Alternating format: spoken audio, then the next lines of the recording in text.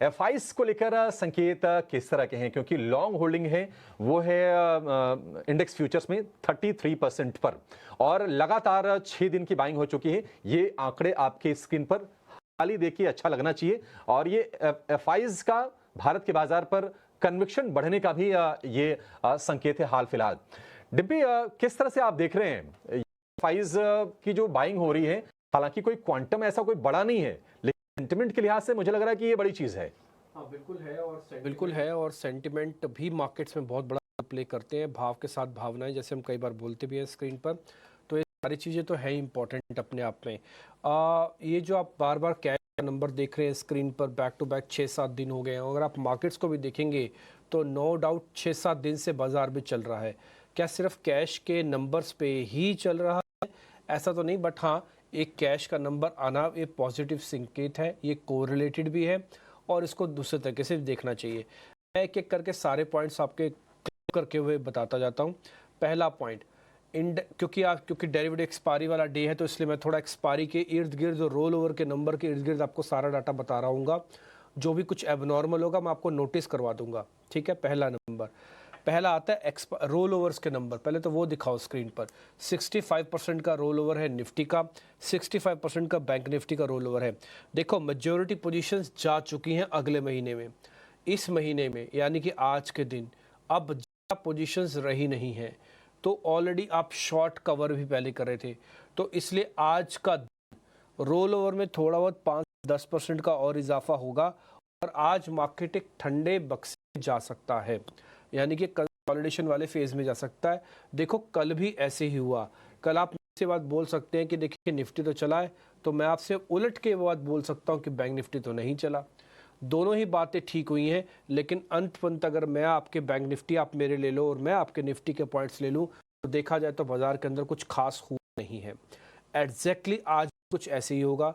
Sectoral churning ज़रूर होगी, थोड़ा मूवमेंट होगा, स्टैंड स्टिल तो कुछ भी नहीं सकता, लेकिन लेवल के हिसाब से बड़ी तोड़फोड़ ना तो तेजी में, ना ही बड़ी तोड़फोड़ गिरावट में आपको किसी भी रूप में आज शायद ना मिले। ये मार्केट का डाटा बताने के लिए सफिशिएंट है। 65%। दूसरा पॉइंट मैं आपको बताता हूँ, वो है रोल ओवर कॉस्ट। इस बार रोल ओवर कॉस्ट कम है। वजह रोल ओवर कॉस्ट कम होने की, थोड़ा बाजार ज़्यादा चला हुआ है, तो लोग ज़्यादा पैसा दे के ट्रांसफर नहीं ले रहे हैं। तो ये देखा जाए तो आपके पैसे बच गए, लेकिन देखा जाए तो ये आगे की राह को थोड़ा धुंधला बता रहा है कि अभी आगे ना जाने भी क्या होगा। तो एक तो ये पॉइंट है। तीसरा पॉइंट, रोल ओवर में सेक्टर्स। अगर आप सेक्टर के हिसाब से देखेंगे, ऑटो, एफएमसीजी, एनर्जी, इन 3 सेक्टर्स में पॉजिटिव रोल ओवर हुआ है और नेगेटिव मेटल, फार्मा, सीमेंट, इन तीनों में नेगेटिव रोल ओवर जा रहा है। ये जो मैं सेक्टर्स आपके सामने रख रहा हूँ, यही सेक्टर में से आप ट्रेड छाड़ना। आज आप देख लेना, आपको मेटल, फार्मा, सीमेंट, इसके अलावा एफएमसीजी, ऑटो, बहुत सारे ट्रेड अभी आपको एक्सपर्ट्स देंगे। कोई बड़ी बात नहीं है कि आपके पहले ट्रेड ही ऑटो वगैरह में से निकल के आ जाए। तो ये मैंने सेक्टर्स छांट के आपके लिए रखे हैं, इसमें थोड़ा बहुत मोमेंटम आएगा। ज़्यादा रोल ओवर किस में है? क्रॉम्पटन, टॉरेंट, बजाज ऑटो में, और कम है मन्नापुरम, परसिस्टेंट, ऑयल इंडिया में। एक चीज़ बिल्कुल तय है, आईटी को रोल ओवर के साथ साथ आईटी की पोजीशनिंग अगले महीने की, यानी कि अगले सीरीज़ में बहुत इंपॉर्टेंट हो गई है।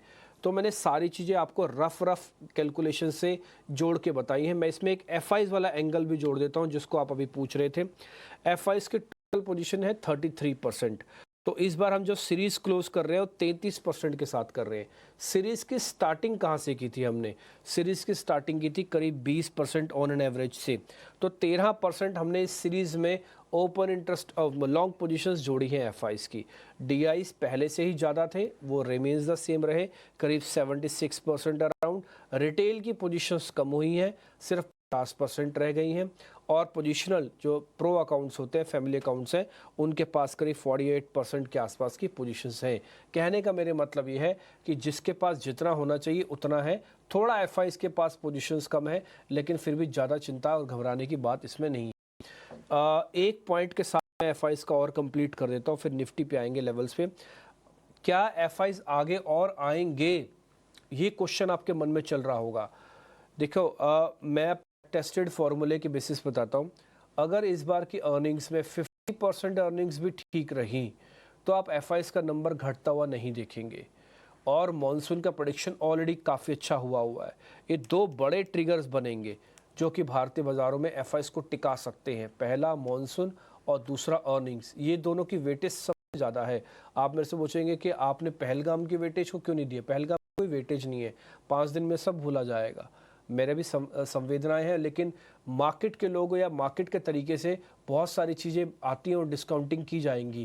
तो अगले 5 दिन में सारी स्ट्रेटजिकल जो पॉलिटिकल सरगर्मियाँ हैं, ये थोड़ा मार्केट इसको इग्नोर मार देगा, वैसे बहुत इंपॉर्टेंट है। तो ये दो इंपॉर्टेंट चीज़ें जो मार्केट थोड़ा कैरी करेगा, first is earnings and second is monsoon का रिएक्शन कैसे और आता है। तो ये 2-3 पॉइंट्स हैं जो एफआईएस को टिका के रखेंगे। अगर दो में कहीं भी कोई ब्लेंड होता है, कोई दिक्कत होती है, तो फिर थोड़ा एफआईएस पे ध्यान रखना आप। 6 दिन की बाइंग हो गई एफआईएस की तरफ से। लॉन्ग होल्डिंग ज़्यादा नहीं, बट 2% ज़रूर बढ़ी है। 33% के लेवल हैं लॉन्ग्स के। निफ्टी